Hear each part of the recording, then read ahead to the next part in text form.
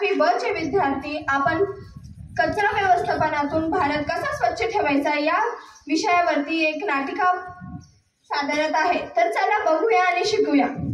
धन्यवाद। मैं तो रास्ते से जा रहा था, मैं तो बेलपुरी खा रहा था, रास्ते से जा रहा था, बेलपुरी खा रहा था, टोपी घुमा रहा था। आई ग गेलो रे, वाचवा रे कोणी वाचवा। पाहिलं का मित्रांनो, ओला कचरा कुठेही टाकल्याने काय होतं? उठ रे बाबा उठ। कचरा ये बदबू वाला, बदन पे ऐसा डाला, कचरे ले ली मेरी जान, हाय ये कचरा बेईमान। अगा गा गा मच्छर चावला, काय मी करू मच्छर चावला, कुणाला सांगू मच्छर चावला, देवा रे देवा मच्छर चावला, मच्छर चावला, मच्छर चावला, मच्छर चावला। हो अरे पण हा मच्छर आला तरी कुठून? आला कुठून? त्या बाईने केलेल्या सांडपाण्यातून, त्या घाणीतून, त्या साचलेल्या गटारातून। अरे पण मला सांगा, डास चावल्याने होते तरी काय? डायरेक्ट हॉस्पिटल मध्ये जावं लागतं। डास चावल्याने डेंग्यू, लवेरिया नाही मलेरिया होतो आणि मग माणूस वरती जातो। अच्छा है, बहुत अच्छा है। साला एक मच्छर आदमी को ऊपर पहुंचा देता है।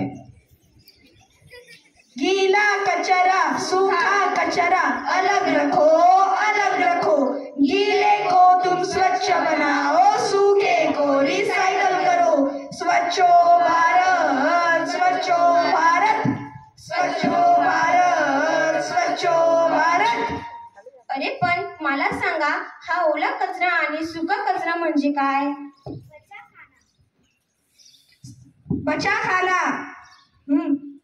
सड़ी सब्जी, जो भी बचा रसोई में, मतलब गीला खाना, पेपर, प्लास्टिक वगैरह वगैरह जिसको हम रिसाइकल कर सकते हैं, मतलब सूखा कचरा। स्वच्छो भारत, स्वच्छो भारत, स्वच्छो भारत, स्वच्छो भारत। अरे पण मला सांगा, या कचऱ्याचा फायदा तरी काय?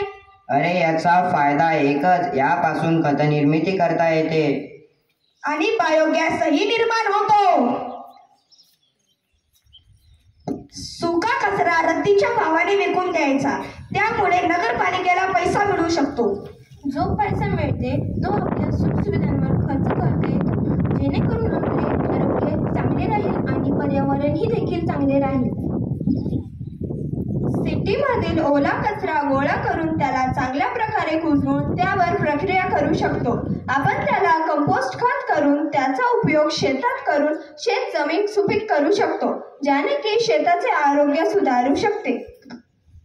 काही बोलल्या ते तुमच्या लक्षात आलं असेल।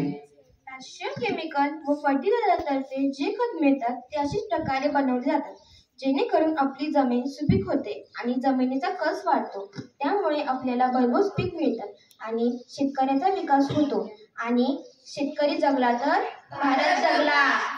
पण हे काम कोणी एकट्याचं नाही, महानगरपालिकेचंही नाही, पंतप्रधानाचाही नाही, कुण्या अधिकाऱ्याचंही नाही।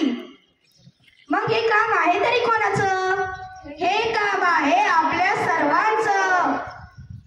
म्हणून मी म्हणतो, साथी हात बढ़ाना, साथी हात बढ़ाना, साथी हात बढ़ाना।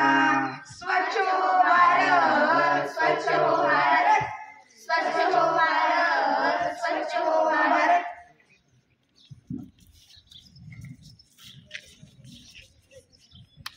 धन्यवाद मित्रांनो, आपण कचरा व्यवस्थापन यावर आता एक नाटिका पाहिली, पण या नाटिकेचा अर्थ तरी काय हे मला कोण सांगेल? कोणी सांगू शकेल का?